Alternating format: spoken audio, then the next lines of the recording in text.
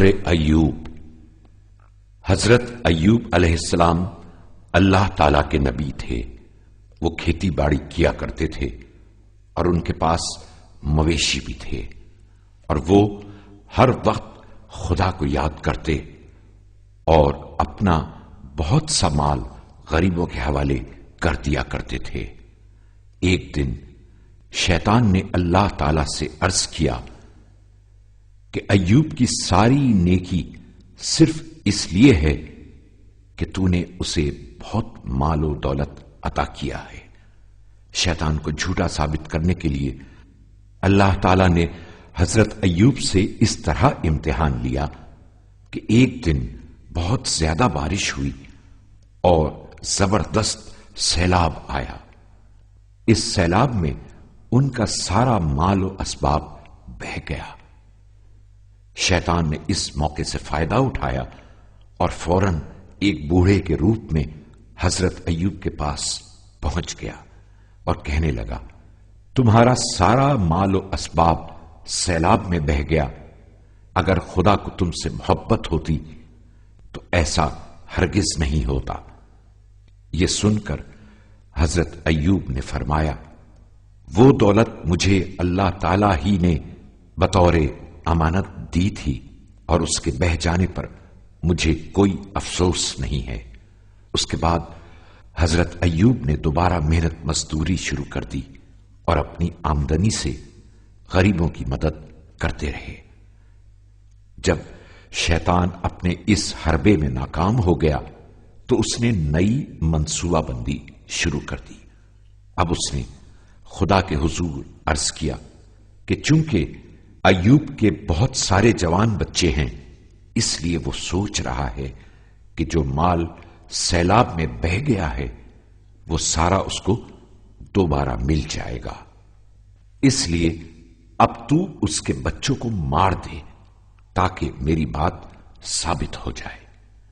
اللہ تعالیٰ نے ایک بار پھر اپنے نبی کا امتحان لیا اور ایک زلزلے میں حضرت ایوب کے سارے بیٹے مر گئے اور سب کچھ تباہ و برباد ہو گیا۔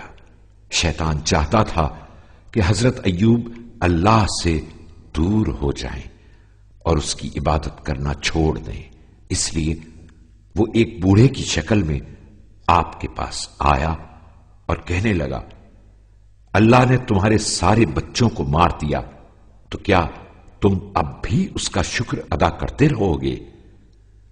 حضرت ایوب نے فرمایا، بچے میرے پاس خدا کی امانت تھے، وہ اس نے واپس لے لیے تو کیا ہوا؟